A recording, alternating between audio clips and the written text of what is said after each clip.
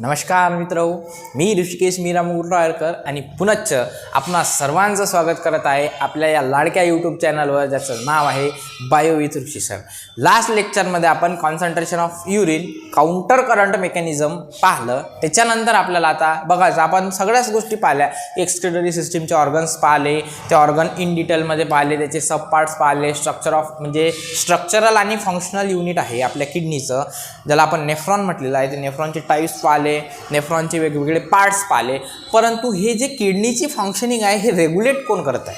जसं प्रत्येक ॲक्टिव्हिटीवर कोणाचं तरी लक्ष असते, तसंच आपल्या एक्सक्रिटरी सिस्टीमवर कोणाचं लक्ष आहे, कोण याला रेग्युलेट करत आहे. तर या रेग्युलेशन शिकण्यासाठी आपण नेक्स्ट टॉपिक घेऊन आलो आहोत, रेग्युलेशन ऑफ किडनी फंक्शनिंग. म्हणजे ह्या सगळ्या ज्या गोष्टी होऊ राहिल्या, काउंटर करंट मेकॅनिझम म्हणा, एक्सक्रिशन म्हणा, ह्या सगळ्या गोष्टी ज्या होऊ राहिल्या, याच्यासाठी रेग्युलेट कोण करत आहे, याच्यावर लक्ष कोण ठेवून आहे. तर रेग्युलेशन ऑफ किडनी फंक्शन हा टॉपिक आपण त्याच्यामधून इन डिटेलमध्ये जाणार आहे. ठीक आहे, तर बघा, रेग्युलेशन ऑफ किडनी फंक्शनमध्ये kidney function is regulated by hormonal feedback. Hormonal फीडबॅकनी तुमचे जे किडनीचे फंक्शनिंग आहे ते रेग्युलेट केल्या जात आहेत. Mechanism involving hypothalamus, juxtaglomerular apparatus and to some extent heart. बघा, तीन गोष्टी रेग्युलेट करू राहिल्या तुमच्या किडनी फंक्शनला. म्हणजे हॉर्मोनल फीडबॅक मेकॅनिझम, ज्याला आपण म्हणतो हॉर्मोनल फीडबॅक मेकॅनिझम, म्हणजे हॉर्मोनच्या बेसिसवर तुमच्या किडनीचं जे फंक्शनिंग आहे ते रेग्युलेट केलं जात आहे. मग आता हॉर्मोनल फीडबॅक मेकॅनिझममध्ये कोणते ऑर्गन इन्व्हॉल्व होऊ राहिले? तर एक म्हणजे तुमचा ब्रेनचा एक पार्ट आहे हायपोथॅलॅमस, ज्याला आपण म्हणतो हायपोथॅलॅमस.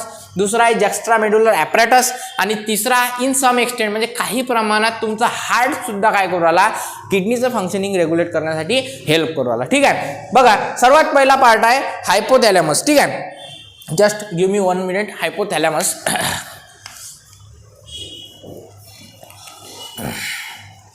बघा आता हायपोथॅलॅमस बद्दल काय सांगितलं आहे. Hypothalamus osmoreceptor in the hypothalamus can detect change in the osmolarity of blood.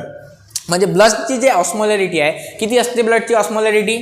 300 osmole per litre. हे जे नॉर्मल ब्लडची ऑस्मोलॅरिटी आहे याच्यामध्ये इन्क्रीज होऊ दे किंवा डिक्रीज होऊ दे, याला डिटेक्ट करण्याचं काम कोणाचं आहे?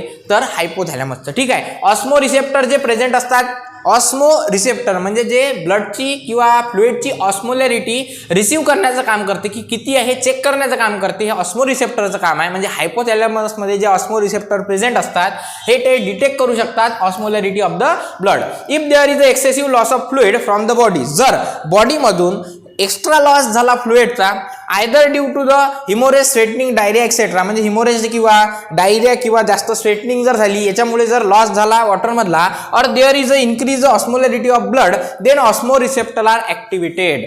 जर जेव्हा आपल्या बॉडीमधून एक्सेसमध्ये फ्लुइडचा लॉस झाला, तो हिमोरेजमुळे असो, स्वेटनिंगमुळे असो किंवा आणखी कशामुळे असो किंवा डायरियामुळे असो, जास्त फ्लुइड बॉडीच्या बाहेर चालले, तेव्हा काय होतात की देअर इज इन्क्रीज ऑस्मोलॅरिटी, आपल्या ब्लडची ऑस्मोलॅरिटी तिथं इन्क्रीज होते. आणि जेव्हा ब्लडची ऑस्मोलॅरिटी इन्क्रीज होते तेव्हाच ते ऑस्मो रिसेप्टर काय केले जातात, ॲक्टिवेट केले जातात. ठीक आहे, this causes release of anti diuretic hormone. आणि जेव्हा हायपोथॅलॅमसमधले ऑस्मो रिसेप्टर्स ॲक्टिवेट होतात, ते रिलीज करतात, they cause release of anti diuretic hormone, ADH.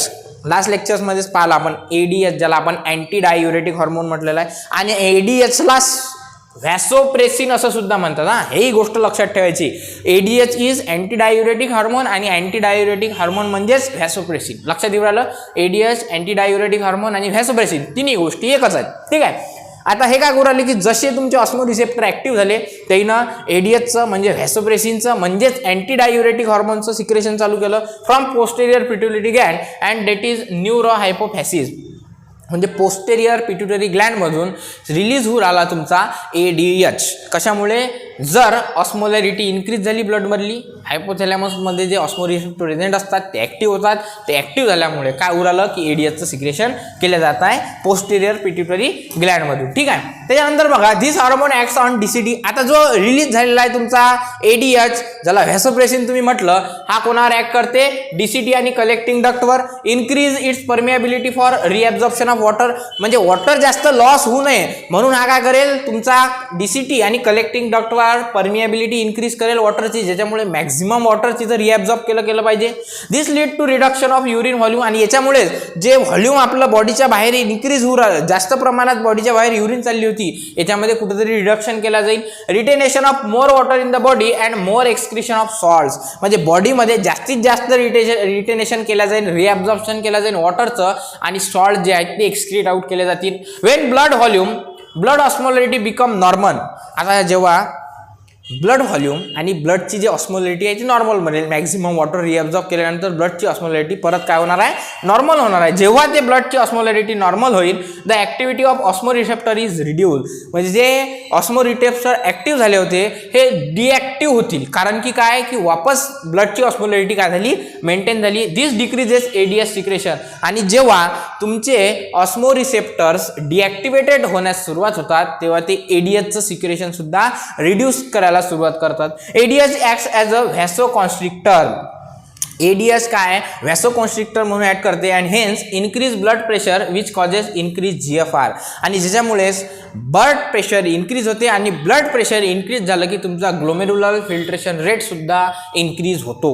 लक्षात येऊ राहिलं, जसं की तुमचा ब्लड फ्लो जर इन्क्रीज होऊ राहिला तर तुमचा जीएफआर रेट सुद्धा काय होऊ राहिला, इन्क्रीज होऊ राहिला. ठीक आहे. त्याच्यानंतर बघा नेक्स्ट सांगितलं आहे तुम्हाला जक्स्ट्रा ग्लोमेरुलर ॲपॅरेटस. आता जक्स्ट्रा ग्लोमेरुलर ॲपॅरेटस काय, a fall in GFR glomerular blood flow or glomerular blood pressure can activate JG cells to secrete renin. जेव्हा तुमच्या बॉडीमधला GFR म्हणजे ग्लोमेरुलर फिल्ट्रेशन रेट म्हणा किंवा ग्लोमेरुलर ब्लड फ्लो म्हणा किंवा त्याला तुम्ही ग्लोमेरुलर ब्लड प्रेशर म्हणा, हा जेव्हा प्रेशर जेव्हा कमी होते डिक्रीज होते तेव्हा काय होते की ॲक्टिव्ह होतात तुमच्या जेजी सेल, जे जक्स्ट्रा ग्लोमेरुलर ॲपॅरेटस आपण पाहिलं त्याच्यामधल्या ज्या सेल्स आहेत त्याला आपण जेजी सेल्स म्हणतो, आणि त्या जेजी सेल्स काय करतात, ॲक्टिव्ह होतात. ॲक्टिव्ह झाल्यानंतर ते एक हार्मोन सिक्रेट करतात ज्याचं नाव असते रेनिन. ठीक आहे. Renin convert angiotensinogen to angiotensin first. आता जो रेनिन सिक्रेट केला तुमच्या जेजी सेलनं तो फंक्शन करते की जो अँजिओटेन्सिनोजेन आहे त्याला कन्वर्ट करण्याचं काम करते अँजिओटेन्सिनोजेन फर्स्टमध्ये.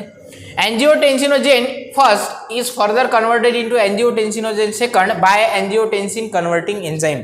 आता जो angiotensin होता तो कन्वर्ट केला रेनिन ना angiotensin फर्स्ट मध्ये, त्याच्यानंतर angiotensin फर्स्ट कन्वर्ट केला जो राहिला angiotensin सेकंड मध्ये in the presence of angiotensin converting enzyme. Angiotensin converting एन्झाईमच्या हेल्पनी जो अँजिओटेन्सिन फर्स्ट होता तो अँजिओटेन्सिन सेकंड मध्ये कन्वर्ट करण्यात आला.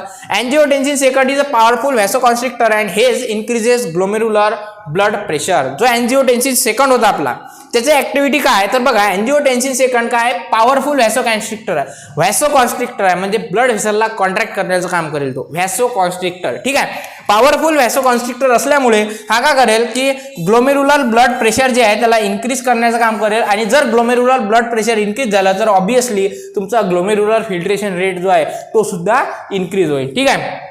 त्यानंतर angiotensin second also activates adrenal cortex to release aldosterone. आता अँजिओटेन्सिन हा हार्मोन असा आहे की तो काय करेल परत ॲक्टिवेट करेल तुमच्या ॲड्रिनल कॉर्टेक्स म्हणजे ॲड्रिनल ग्लँड, किडनीच्या वर कॅपसारखी जी ग्लँड प्रेझेंट असते ज्याला ॲड्रिनल ग्लँड म्हणतो, त्याच्या ज्या कॉर्टेक्स रिजन आहे त्याला ॲक्टिव्ह करेल आणि तो अल्डोस्टेरॉनला रिलीज करण्याचं काम करेल. Aldosterone cause reabsorption of sodium and water from DCT and collecting duct. This increases blood volume. बघा आता अल्डोस्टेरॉनचं फंक्शनिंग काय आहे तर अल्डोस्टेरॉन काय फंक्शन करेल, जेव्हा अल्डोस्टेरॉन सिक्रेट होण्यास सुरुवात करेल हे रिअब्झॉर्प्शन करणार आहे सोडियमचं आणि वॉटरचं कोणापासून DCT आणि कलेक्टिंग डक्ट पासून, आणि दिस इन्क्रीजेस द ब्लड व्हॉल्यूम, आणि याच्यामुळे काय होईल तुमचं ब्लड व्हॉल्यूम इन्क्रीज होण्यात मदत होईल.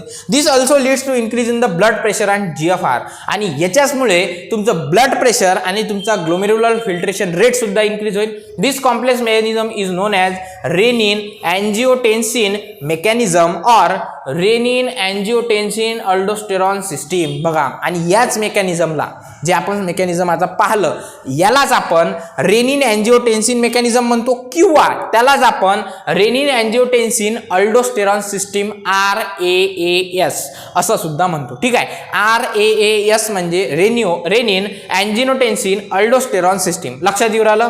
ठीक आहे. त्याच्यानंतर नेक्स्ट तुम्हाला दिसते फ्लो चार्टच्या सारे याचा तुम्हाला जर स्क्रीनशॉट लागत असेल तर तुम्ही काढू शकता. फ्लो चार्टद्वारे तुम्हाला सांगितलं आहे की लिव्हरमधून जो अँजिओटेन्सिनोजेन येते त्याला कन्वर्ट केला जाते अँजिओटेन्सिन फर्स्टमध्ये with the help of renin secrete कोण करते तुमच्या जक्स्ट्रा ग्लोमेरुलर सेल्स. त्याच्यानंतर अँजिओटेन्सिन सेकंड कन्वर्ट केला जाते अँजिओटेन्सिन फर्स्ट कन्वर्ट केला जाते सेकंडमध्ये with the help of vascular endothelial cells permanent blood vessel AC. त्याच्यानंतर सेकंडचं कन्व्हर्जन एंजिओटेन्सिन सेकंडमध्ये म्हणजे फ्लो चार्टच्या द्वारे तुमचं जे RAAS सिस्टीम आहे हे कशी परफॉर्म केले जाते हे फ्लो चार्टद्वारे तुम्हाला दाखवलेलं आहे. ठीक आहे. त्याच्यानंतर बघा हार्ट सांगितलं. आता हार्टचं फंक्शनिंग काय आहे तुमच्या किडनीच्या फंक्शनिंग रेग्युलेशनमध्ये. तर बघा a large increase in the blood volume or increase in the blood pressure stimulates atrial wall of the heart to secrete atrial natriuretic factor और पेप्टाइड. काय सांगितलं की जेव्हा लार्ज इन्क्रीज होते ब्लड व्हॉल्यूममध्ये किंवा प्रेशरमध्ये तेव्हा काय केलं जाते की त्या ॲट्रियाच्या वॉल आहेत त्या स्टिम्युलेट केल्या जातात आणि जेव्हा ॲट्रियाच्या वॉल स्टिम्युलेट होतात ते एक सबस्टन्स सिक्रेट करतात ॲट्रियल नायट्रियुरेटिक फॅक्टर ज्याला आपण ANF म्हणतो किंवा पेप्टाइड म्हणतो म्हणजे ANP. ठीक आहे. ॲट्रियल नायट्रियुरेटिक फॅक्टर किंवा atrial नायट्रियुरेटिक peptide. ANF can cause vasodilation, that is dilation of the blood vessel and decrease blood pressure. आता जेव्हा ANF रिलीज व्हायला लागते ANFचं फंक्शन काय आहे की तुमच्या ज्या ब्लड व्हेसल्स आहेत याला तो रिलीज करण्याचं काम होते. जसं ब्लड व्हेसल रिलीज होतात तसंच ब्लड फ्लो जो आहे तो कमी होतो, ब्लड प्रेशर कमी होतो. ANF inhibit sodium and chloride reabsorption from collecting duct. ANFचं फंक्शन काय आहे तो इनहिबिट करते सोडियम आणि क्लोराईडचं रिॲब्झॉर्प्शन कलेक्टिंग डक्ट्स आणि hence promote excretion of a large amount of sodium and water.